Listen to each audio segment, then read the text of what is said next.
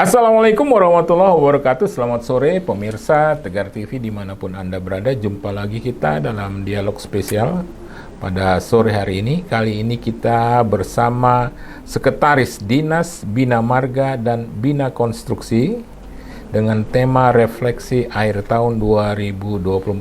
Hadir di sebelah saya Bapak Hendrianto STMT. Siap, Pak Umar. Selamat sore Pak Hendri. Selamat sore Pak Umar. Selamat sore pemirsa Tegar TV. Senang nih ketemu Pak Hendri Siap, nih. Alhamdulillah.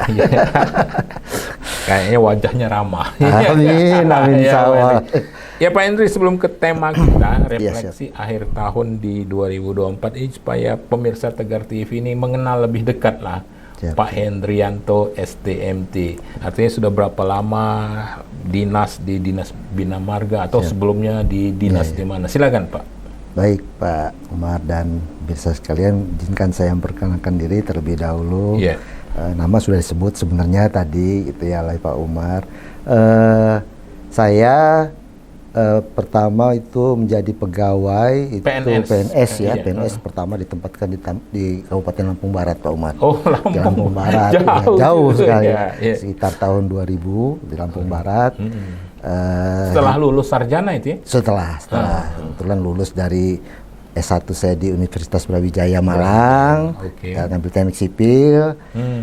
Teknik sipil. Ya, 96 saya selesai. Tahun 99 penerimaan CPNS, kemudian langsung ditempatkan di Kabupaten Lampung Barat. Kabupaten Lampung Barat. Dari tahun 2000 hingga tahun 2016 saya di Dinas PU Kabupaten Lampung Barat. Itu nggak keluar-keluar. Ya, nggak keluar-keluar dari Dinas PU dan memang konsisten di bidang bina marga juga. Jadi ngurusin jalan dari tahun 2000 sampai 2016 di Kabupaten Lampung Barat. 2017 saya migrasi ke provinsi. 2017 ditempatkan di Dinas Bina Marga dan Bina Konstruksi Provinsi Lampung. Oh, 2017-nya sudah di sini BMBK. Di sini ya, di BMBK sampai dengan saat ini gitu ya. Berapa kali menjabat, terakhir waktu di Lampung Barat saya kepala bidang Bina Marga, kemudian sekretaris. Kemudian di provinsi ini menjadi kepala bidang bina konstruksi, kemudian kepala bidang pembangunan jalan dan jembatan di Bina Marga.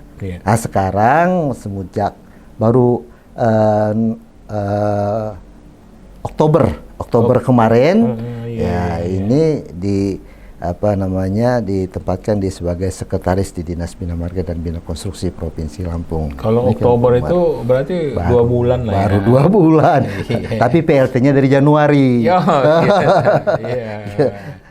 Itu rangkap jabatan menjadi kepala bidang pembangunan juga. Tapi kalau saya dengar dari Pak Hendrianto ini, Pak Hendri ini sudah di kepala bidang di bina konstruksi dan sebagainya. Iya, ya artinya memang pernah waktu masuk sini diawali dengan kepala bidang bina konstruksi. Nah ini yang perlu mungkin juga diketahui gitu ya, bahwa nomenklatur dinas kita adalah Dinas Bina Marga dan Bina Konstruksi.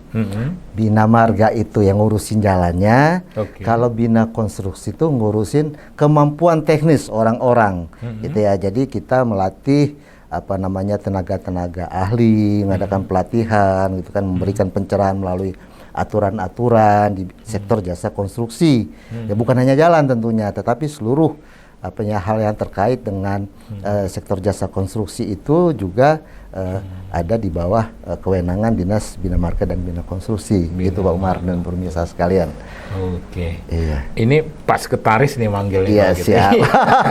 Pak Hendrianto ini kalau boleh tahu pemirsa Tegar TV ini. Kalau sekretaris itu di Dinas Bina Marga dan Bina Konstruksi itu kira-kira apa jobnya atau apa? Sebenarnya job utama kita sebenarnya mengkoordinir ke rumah tanggaan sebenarnya gitu kan, secara keseluruhan, baik itu kepegawaian, keuangan dan hal yang bersifat umum. Tetapi juga kita memiliki fungsi koordinator, jadi ya, fungsi mengkoordinir rekan-rekan. Karena perlu saya jelaskan ke Pak Umar, di Dinas Bina Marga dan Bina Konstruksi ini di bawah kepala dinas itu ada sekretaris, ada kepala bidang bina konstruksi, ada kepala bidang bina program, ada bidang pembangunan jalan, dan ada bidang pemeliharaan dan rehabilitasi jalan.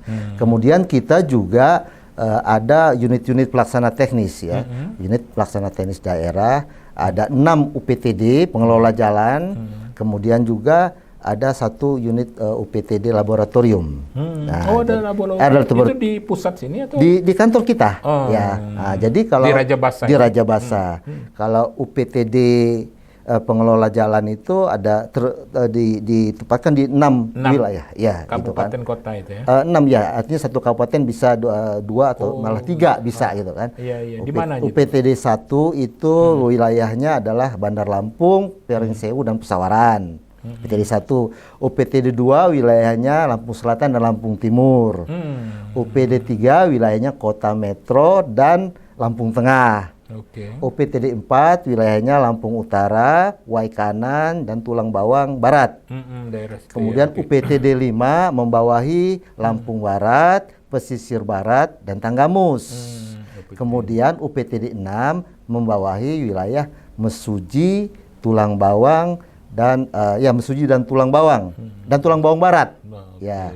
Tadi kalau UPTD 4 tadi Lampung Utara, Waikanan itu wilayahnya. Jadi dengan adanya UPTD di berbagai daerah, di 6 daerah itu, jadi pengawasan, pemeliharaan barangkali lebih terfokus ya?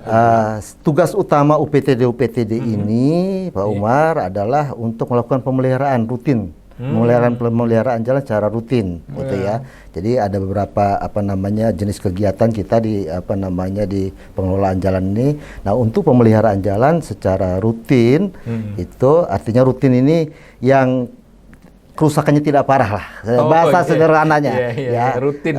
Kalau bahasa agak teknisnya jalan mantap, kondisi baik dan sedang.